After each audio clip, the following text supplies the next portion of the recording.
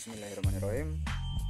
Perkenalkan, saya Mikdad Panji Aswadurin bin Muhammad Jaid, mahasiswa dari Institut Agama Islam Al-Zaitun Indonesia dari Prodi Hukum Ekonomi Syariah, akan mempresentasikan materi mata kuliah dari Sosiologi Hukum yang berjudul Peranan Sosiologi Hukum dalam Kehidupan Masyarakat. Baiklah, materi yang pertama akan dibahas adalah pengertian dari sosiologi hukum. Dalam suku kata ini terdapat dua suku kata, yaitu sosiologi dan hukum. Apa itu sosiologi?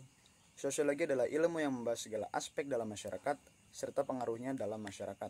Sedangkan hukum adalah suatu peraturan yang dibuat oleh pihak berwenang yang sifatnya memaksa. Jadi apa itu sosiologi hukum?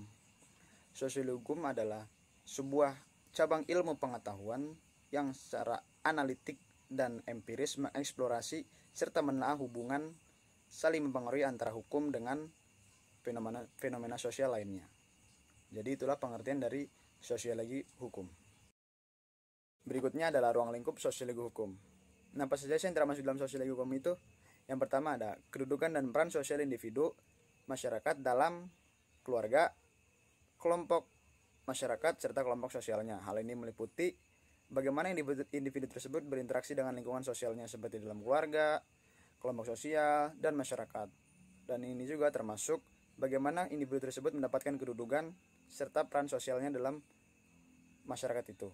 Yang kedua adalah nilai-nilai dan norma-norma sosial yang mendasari atau mempengaruhi sikap dan perilaku anggota masyarakat dalam hubungan sosial. Nah, jadi sosiologi itu mempelajari nilai-nilai dan norma-norma tersebut.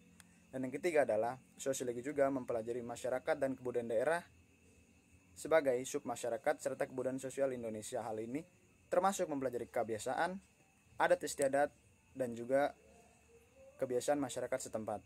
Nah, jadi itulah beberapa hal yang termasuk dalam ruang lingkup sosiologi hukum. Oke, berikutnya adalah peran sosiologi hukum. Yang pertama, sosiologi hukum memberikan yang namanya keadilan. Nah, jadi sosiologi hukum itu memberikan pengadilan terhadap suatu hukum yang nantinya akan berdampak dalam masyarakat. Nah, jadi sosiologi hukum nanti akan memberikan rasa keadilan terhadap hukum yang berlaku dalam suatu masyarakat. Nah, yang kedua adalah efek suatu peraturan perundang-undangan dalam masyarakat.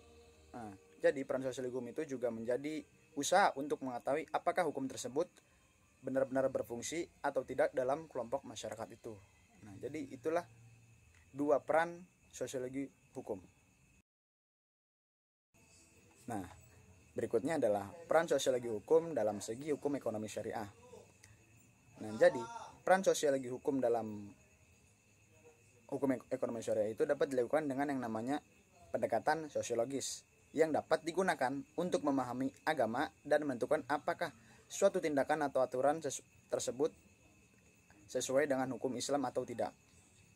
Nah, dengan pendekatan ini, kaidah hukum Islam dapat diaplikasikan pada keadaan atau aktivitas manusia.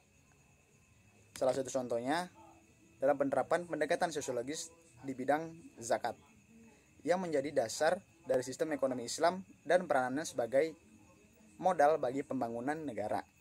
Nah, dalam hal ini diperlukan peraturan perundang-undangan yang mengatur penerimaan, pengelolaan, dan pendistribusian dana zakat kepada kelompok masyarakat yang berhak atasnya. Dan itu telah diatur juga dalam undang-undang yang mengatur tentang tata cara pengelolaan dan penggunaan dana zakat yang diatur dalam Undang-Undang Nomor 38 Tahun 1999 tentang administrasi zakat. Nah, jadi itulah peranan sosiologi hukum dalam segi hukum ekonomi syariah. Baiklah, cukup sekian penyampaian materi dari saya. Kurang lebihnya mohon maaf. Thanks for attention.